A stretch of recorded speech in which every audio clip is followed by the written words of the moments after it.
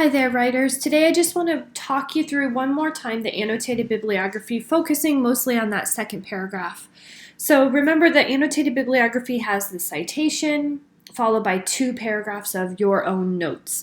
The first paragraph, of course, is the summary of the source. So this paragraph will be objective. You will not be saying I, because it's not about you, it's not about your paper. It is an objective summary of the source. And remember, it has 4 steps. So you have some resources to help you with this paragraph. Remember this, How to Write an Annotated Bibliography, that clarifies each of these 4 steps. You also have the student sample as well, so you can see how that works as a process and how that flows together. One thing I do want you to be aware of is a vague summary. So in one of the classes, we talked a bit about this, but I want to show you some more specific examples too. So a vague summary is a summary that in the first sentence, right, in the first sentence of this first paragraph, a vague summary is going to be a summary that tells what the overall topic is, but doesn't say what the author is saying about that topic. So here's an example. Johnson writes about the impact Ghostbusters has had on modern audiences. So it says this is going to be talking about the impact, but it doesn't actually say what he says that impact is. So it's vague and general instead of offering, like, what's their argument on that overall topic. Same thing here. Johnson provides information as to why Ghostbusters is realistic. But what does he say about why it's realistic? Gottschall explains why people love stories. Well, but what does he say about why people love stories? What's his actual argument about that overall topic or overall subject? And then here, Gottschall gives many specific examples of the benefits of stories. But what does he say are the benefits of stories?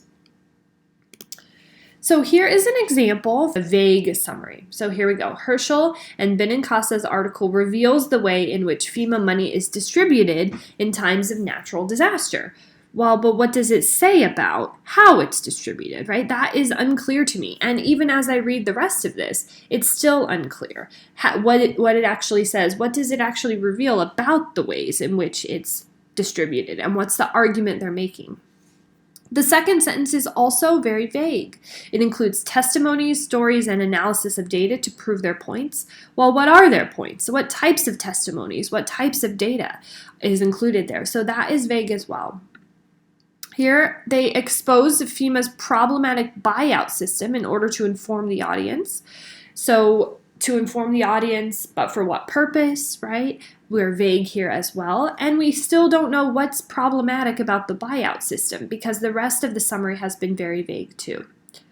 This article is written for a popular audience and has a serious concerned tone. Okay, that one, yeah, we're getting there on that one. But the rest is very vague. I mean, like, I get the general concept. It's talking about FEMA. It's saying it's not good, the way that they distribute money, but I don't know the specifics. And so this is not a summary that shows your readers what the article is actually about. It wouldn't be very effective. So watch out for those vague summaries.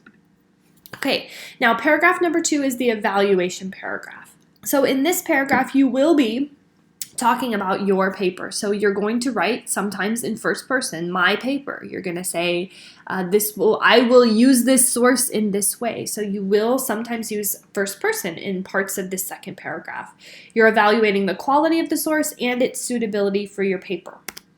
So you're just going to follow the same evaluative criteria that we have been following this semester.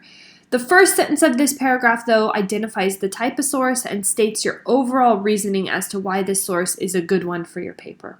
So here's an example, and this example is just taken from the first annotated bibliography entry on that longer student sample that's posted on Classroom, so you can find it in its entirety there. The article provides a detailed look at the challenges to water supply and delivery that areas are confronted with and the potential hardship they could face, which will be helpful for establishing and explaining the problem of water scarcity. So they're telling me they're going to use this to say it is a problem, right? So that's where it's going to appear in their paper. Next, you probably want to evaluate the timeliness of the information. So is it outdated considering your topic, or is it not? So it was only published a couple years ago. It's directly related to my thesis, so it's going to work.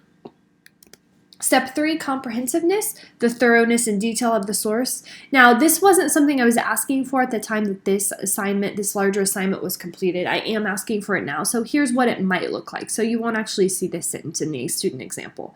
This 30-page article goes into detail on the causes of the issue, citing several academic studies and case studies to support each claim. So you want to talk about whether this is just sort of skimming the surface. So for example, a source that lists, 5 main reasons and each reason only has one short paragraph, that's not very thorough on any of those reasons. So does it go into good detail? Is it sort of densely talking about the issue? Next is accuracy, reliability, truthfulness, and correctness of the content. So this one included the article doesn't have any grammar or spelling errors and lists many academic sources. Actually, I think this one could be a little bit better as a sentence. Of course, if it's a scholarly source, it shouldn't have grammar or spelling errors. So you almost don't need to say that if it is already a credible type of source. Really, what we want to know are the facts sort of verifiable. Could you look up the facts somewhere else? Are they citing their sources? Are those sources accurate themselves? So focus more on the quality of information, the accuracy, the truthfulness of the information in the content. Credibility and authority, so the credentials of the source of the information, and that's both the author and the source itself. So is it a reliable journal? Is it a reliable news source? And then is the author of this particular article credible and have authority as well? So this one does a nice job of that. The two authors are both researchers at this institute. It was published in this scholarly journal, so it's reputable and authoritative.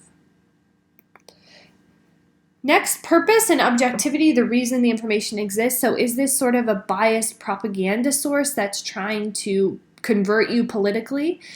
Is it really coming down strong on one side when it's supposed to be a news source? So when you think about bias, it's really important to consider the type of source. An opinion article, of course, is going to be one-sided because it's an opinion article. And if it's clearly labeled an opinion article, it's okay for it to be a little bit one-sided because it's an opinion article. But if it's labeled as a news source and it's also really opinionated, that's when it's a problem because people will think it's just straight news when it's actually very subjective.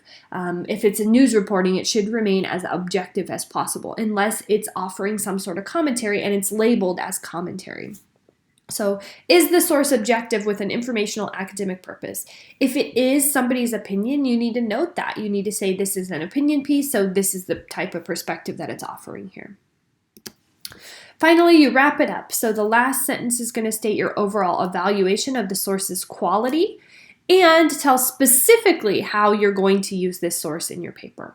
So this article is a quality source with information relevant that will be helpful for introducing and analyzing some of the threats and difficulties involving water scarcity. So we have a really specific idea of where in the paper this source would be used. Is this going to help you introduce the idea? Is this going to help you with the context or the background, the history of the problem? Is this going to help you talk about how bad the effects are? Is this going to help you detail what the solution to the problem might be, right? So that will wrap up your paragraph. Now, I just want to remind you that you'll find all of these on the How to Write an Annotated Bibliography. So each of these steps is listed here. You will generally move in this order, although you don't have to as long as you have represented each of these. But then I also want to see that you're sort of making these flow together. So this paragraph should not read like a list. It should read like a paragraph.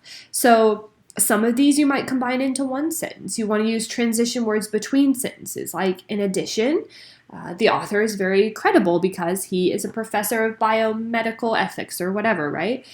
So use some phrases that help tie this all together so it's a good flowy paragraph. And again, on Classroom, you can see an example of how someone has accomplished that.